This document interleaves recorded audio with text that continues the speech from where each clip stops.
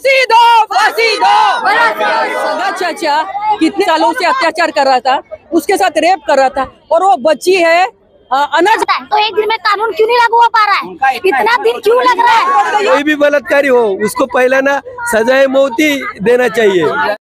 ये जो अम्बेडकर नगर मानपुर, जहीन नगर सोनापुर मानपुर, उसमें आरती नाम की लड़की है, 14-15 साल की, माइनर। उसके साथ उसका सगा चाचा कितने महीने से, कितने सालों से अत्याचार कर रहा था, उसके साथ रेप कर रहा था, और वो बच्ची है अनाथ बच्ची है ना, उसके माँ बाप है अनाथ है, कुछ सहारा नहीं है। तो चाचा जो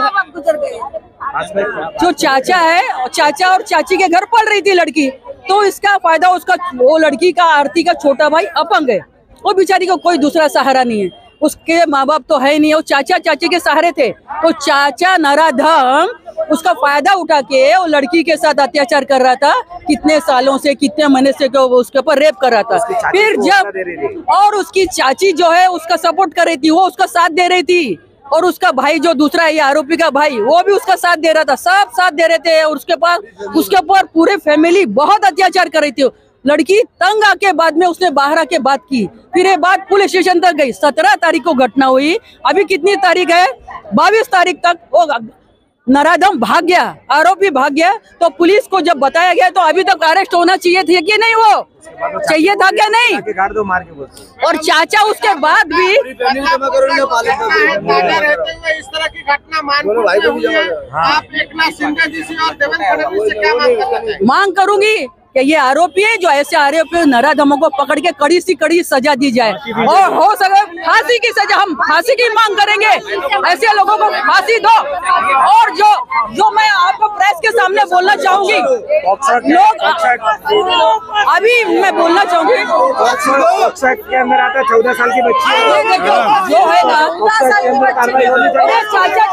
घर वालों को भी अरेस्ट किया जाए, घर वालों ने उसका साथ दिया, सबको अरेस्ट किया, सबके ऊपर कार्रवाई होनी चाहिए, और हमको न्याय मिलना चाहिए, वो आरती को न्याय मिलना चाहिए। जब तक उनको न्याय नहीं मिलेगा, जब तक वो लड़की को न्याय नहीं मिलेगा, हम पीछे नहीं हटेंगे और उसको न्याय दिलाकर ही रहेंगे। देश में इस तरह की घटना बार बार सामने आ रही है, क्या कहना चाहिए? ये बार बार घटना, एक घटना क्या पता ये क्या, ये मानसिकता होगी लोगों की, क्या अपने माँ बहन को माँ बहन नहीं समझ रहे।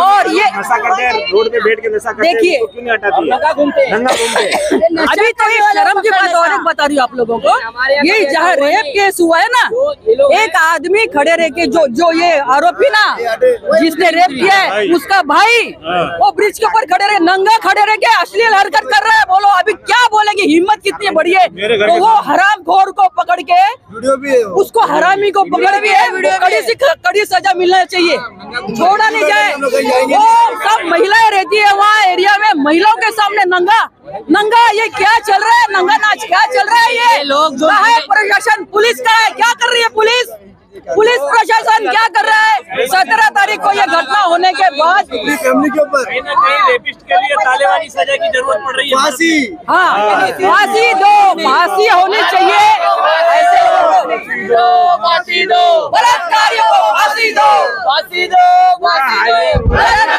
पीटर रोड पे पूरा बैठ के, तो इन लोग को कार्रवाई करनी चाहिए कि नहीं करना चाहिए? भाई का घर है रोड पे, नंगा दिखाते हैं फोटो लेडीज के सामने, उनको जरा भी डर नहीं है उनको। खाली एक जन को अरेस्ट किया गया है साहब, बाकी 3 जन और वांटेड हैं वो लोग, और दूसरा जो लड़के से रेप किया है ये तो लगातार भाग ही रहा है, और इसको सपोर्ट कर रहे हैं उसकी चाची मुनीश, आशा और उसके भाई जीतू, ये कंटिन्यू सपोर्ट कर रहे हैं। पैसे से लेके यहाँ भगाना, उसको कपड़ा ले जाके देना साहब, उसको फैमिली रहता है पूरा एरिया से मतलब उसको भगा रहे हैं लोग, डेली भगा रहे हैं यहाँ से वहाँ, पैसे के साथ उसको सपोर्ट कर रहे हैं।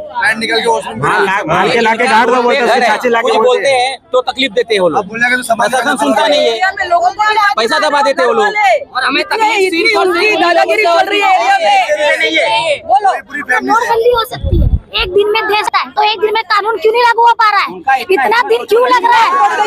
3 दिन हो चुका है, आज 14 दिन है, आज तक क्यों नहीं हो रहा है? क्यों नहीं हो रहा है ये बताइए। हाँ, जब एक दिन में सब कुछ हो जा रहा है, तो एक दिन में कानून क्यों नहीं लागू हो रहा है? सबसे मेन बात ये देखो, कितने परेशान है, उधर से अब क्या कहते हैं, आंसू गोले फेंक रहे हैं, क्या क्यों कर रहे पुलिस ऐसा? ये तो झांकी तुम्हारी है, भी तो लड़की हो सकती है, आज हमारी है, कल तुम्हारी हो सकती है। थोड़े लोग आएंगे। गृहमंत्र्यांनी जर त्यांना थोडीशी जरी काहीतरी असेल तर त्यांनी राजीनामा दिला पाहिजे.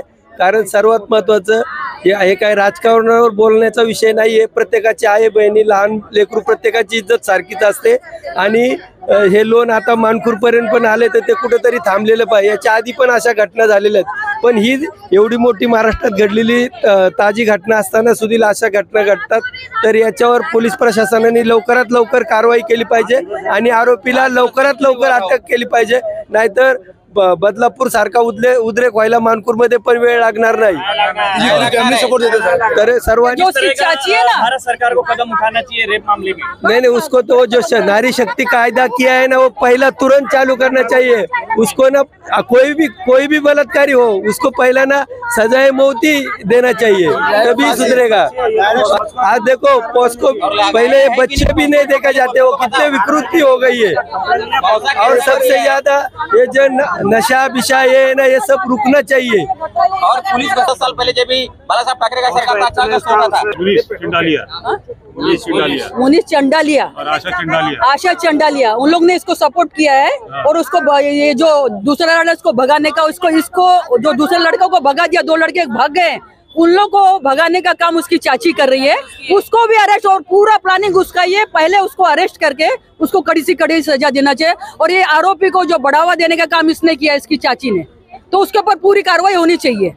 पूरी कहा सामने से बोल रही है मार के गाड़ दो घर में. बोलो ये इतनी हिम्मत तो बोल रहे हो लड़की को मार के गाड़ दो, ये हिम्मत है उसकी. हाँ वो लड़की को एक तो रेप करो, सताओ उसको, इतना टॉर्चर करो और मार के गाड़ दो. वाह खाने का काम है ये, मजाक चल रहा है. उसका हौसला कैसे हिम्मत कैसे बढ़ गई, हिम्मत कैसे बढ़ गई. कार्रवाई नहीं कर रहे तो हो रहा है ना.